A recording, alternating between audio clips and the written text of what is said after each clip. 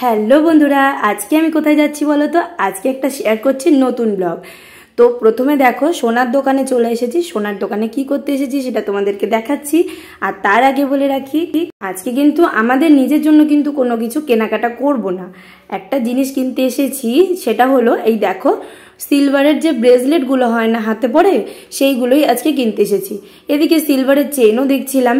তো পছন্দ যেটা হলো, প্রথম দেখাতেই আমার এই ব্রেসলেটটা ভীষণ ভীষণ পছন্দ হয়ে গেছে। তো আমি কার জন্য নিচ্ছি বলো তো?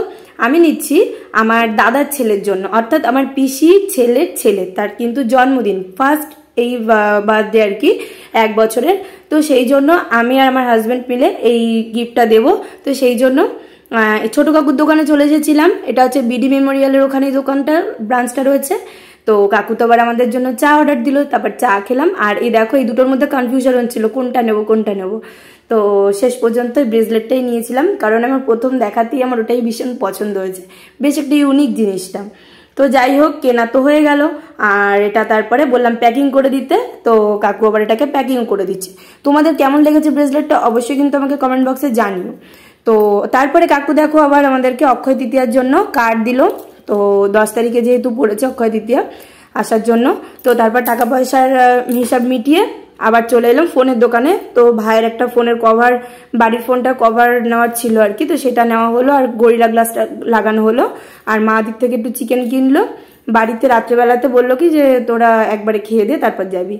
তো ওরও কিছু অফিসের কাজ ছিল কম্পিউটারে করার জন্য, তো সেই জন্য ও এসে এটা করছিল। আর মায়ের দিকে শরবত আর তরমুজ খেতে দিল।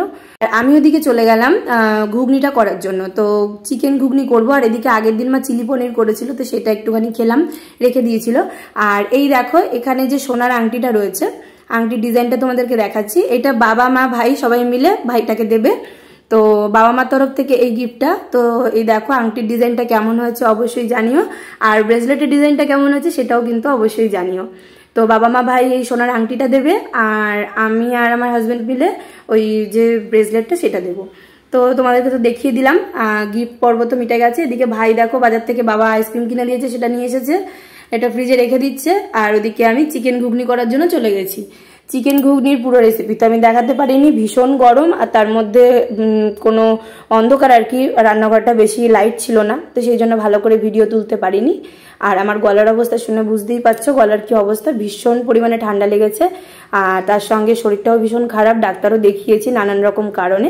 সেটা যদিও অন্য একটা ব্লগে তোমাদের সঙ্গে গল্প করব। তো যাই হোক, ঘুগনি তো মোটামুটি আমার রেডি হয়ে গেছে। আর আমার কপালটা খারাপ, লুচি খেলে আমার শরীরটা খারাপ করে, তো লুচি তো আমার ভাগ্যে জুটলো না। তাই রুটি দিয়েই আর কি খেলাম। কিন্তু মা শেষে, সপ্তাহ শেষে একটা লুচি বাবা দিল আর কি। আর ওরা তো লুচি আর ঘুগনি দিয়ে রাতে ডিনারটা কমপ্লিট করলো।